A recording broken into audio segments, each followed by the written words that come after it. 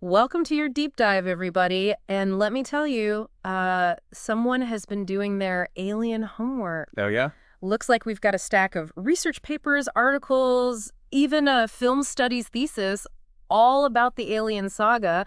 Looks like it might even be in Spanish. Someone's been busy. Wow, this is great. We're going to have a field day with this. Yeah. It's amazing how much there is to unpack beyond, the classic lines and the iconic scenes. We're going to get into some really interesting stuff. Yeah, and that's what I love about what we're doing here. You've given us so much more than, hey, aliens awesome, the xenomorphs are scary.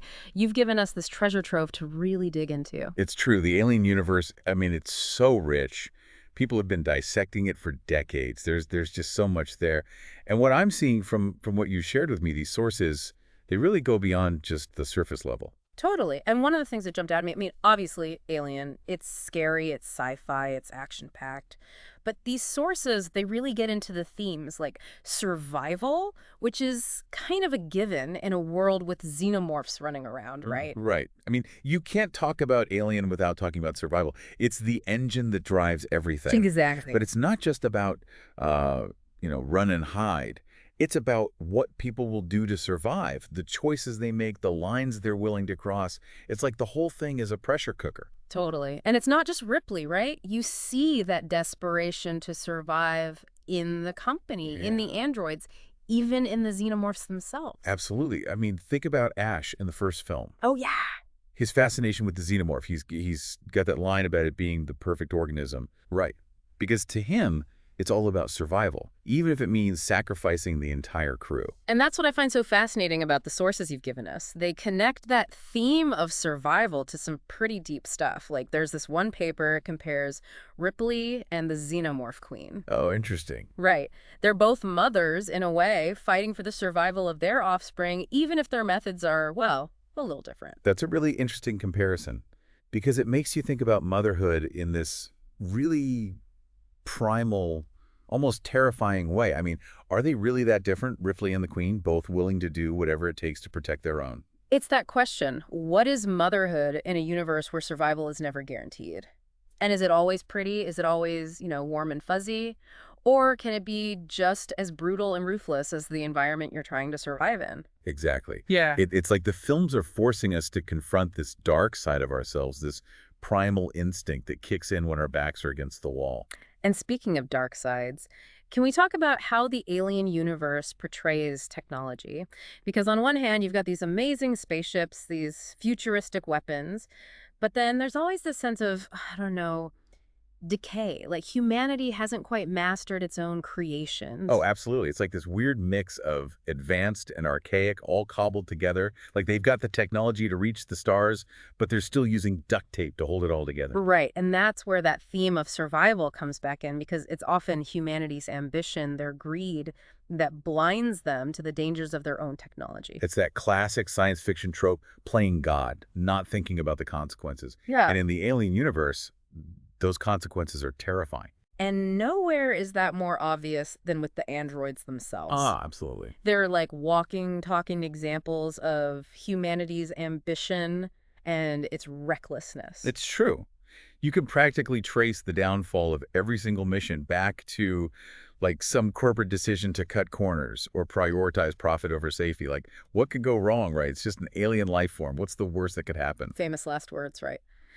But okay, speaking of the alien life form, and I know we don't want to give anyone nightmares here, but we have to talk about the xenomorph life cycle, because some of these sources, they go into intense detail, almost like a scientific breakdown. It's a masterpiece of horror, really. Yeah. You've got to hand it to Dan O'Bannon, the writer of the original Alien. He took inspiration from real-life parasites, wasps, certain kinds of worms, things that burrow into their hosts. Ugh, stop. But then he amplified the horror, turned it up to 11. That's what makes it so effective.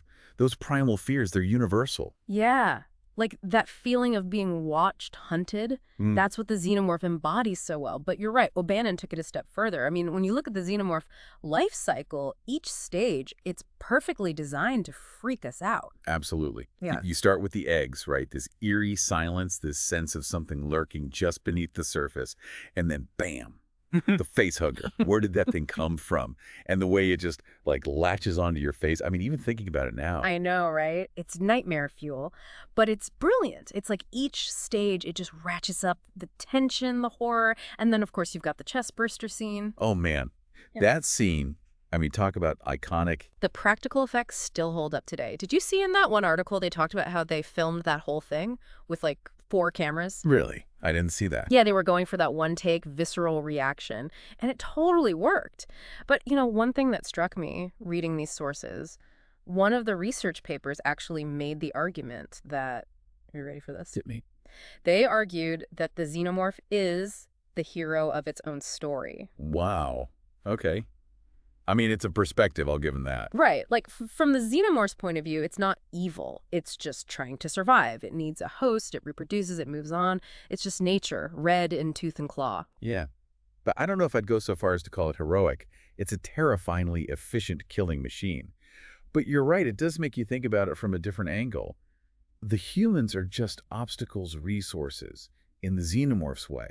We're not even really the enemy, just in the way. Exactly. Right. Which, in a way, makes it even scarier. Yeah. Because it's not personal for the xenomorph. It's just existence. Exactly. And then, of course, Cameron had to go up the ante in Aliens. Yeah. He introduced the Queen. Now, we're not just dealing with individual creatures. We're dealing with a hive mind, a collective intelligence. Which makes them so much more threatening. Yes. Because it's not just about survival anymore. It's about expansion, domination. Exactly. The Queen. She's like the ultimate mother, protecting her brood, but also commanding them, directing them. It's a whole new level of terrifying efficiency. And it plays into our deepest fears, doesn't it? Totally. Being outnumbered, outmatched, the idea of this relentless force coming for you and there's nothing you can do to stop it. But speaking of relentless forces, we can't forget about Ripley. Because these sources, they make it clear she's not just some damsel in distress. She evolves throughout this franchise in a way that few characters do. Oh, 100%. I mean, she goes through the ringer over and over again. But she comes out the other side changed, hardened. Exactly. And what's interesting is how, in some ways, she mirrors the xenomorphs. I mean, there's that line from, I think it was the Spanish language thesis, where they call her a reflection of the creature's resilience. Like, she has to become as tough, as ruthless as the xenomorph in order to survive it. Yeah, and that's what makes her such a compelling character. Because she's not just reacting to the horror, she's internalizing it. It's changing her. Totally. And you see that really come through in Aliens with Newt. Oh, yeah. That whole surrogate mother-daughter relationship, it adds this whole other layer to her character. Suddenly, she's not just fighting for herself, she's fighting for someone else's survival, someone she's come to care for. Absolutely. And it shows the depth of her character. She's capable of such compassion, even in the face of, well, face huggers and chest bursters. Right, but it's that compassion, that empathy that also makes her vulnerable. Which brings us to Alien 3. That's where things take a really dark turn. Because now, she's not just fighting the xenomorph, she's carrying one. Oh, man. That whole storyline with the queen embryo. I know, right? It's like the ultimate violation. The Spanish thesis really went deep on this. They called it a forced blending. Like, the xenomorph has invaded her on a fundamental level. It's disturbing on a whole other level. Totally. And it sets up this really interesting question. Can you ever truly escape the thing that haunts you? Can you ever really be free from it? Which I think leads us perfectly into Resurrection. Because Resurrection, I mean, talk about a mind bender. We've got Ripley back, which is great, but she's different, not just because, she died and came back. Yeah, the cloning thing. Whole other can of worms. Right, but it's more than that. All these sources, they talk about Ripley grappling with this new hybrid nature, this fusion of human and alien DNA. It's like, what does it even mean to be Ripley at this point? It's like that one article called it the ultimate existential crisis. She's got memories, feelings, but they're all mixed up with the xenomorphs. It's no wonder she's asking, what am I? Exactly. And it makes you think about identity in a whole new light, right? Because if Ripley can be recreated, if she can be blended with something else, what does that say about what makes us, us? And it's not just about the biological stuff either. There's the whole philosophical side of things. Like, does having the xenomorphs' memories, does that make her responsible for its actions? Yeah. Even if she doesn't want to be connected to them? Right. And that question of responsibility, it ties into the whole artificial intelligence thing, too. Because you've got Call in this film created by the androids, but wrestling with these very human questions about purpose and belonging. It's like the lines are getting blurred, right? What does it mean to be human when you've got androids building other androids, and they're all questioning their place in the universe? It's like poetry. It's all coming back around. And we haven't even touched on the whole idea of corporate greed and scientific hubris that runs through all of this. I mean, it's humans who keep messing with things they don't understand, whether it's creating androids or trying to weaponize the Always xenomorphs. trying to control things, to bend the universe to their will. Mhm. And what's the saying? Nature finds a way. Or in this case, maybe xenomorphs find a way. Exactly. It's that reminder that no matter how advanced we become, no matter how much we think we understand, there are always going to be forces beyond our control, forces that can and will bite back. And that, I think, is what makes the Alien saga so terrifying and so enduring. It's a mirror to our own anxieties about the future, about technology, about the things we create, and the things that might just end up creating us. It's true. And it's that willingness to explore the dark side, to ask those uncomfortable questions, that makes these films so much more than just monster movies.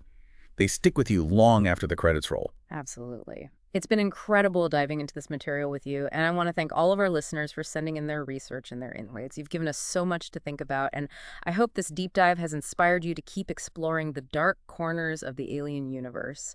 Who knows what you might find lurking out there?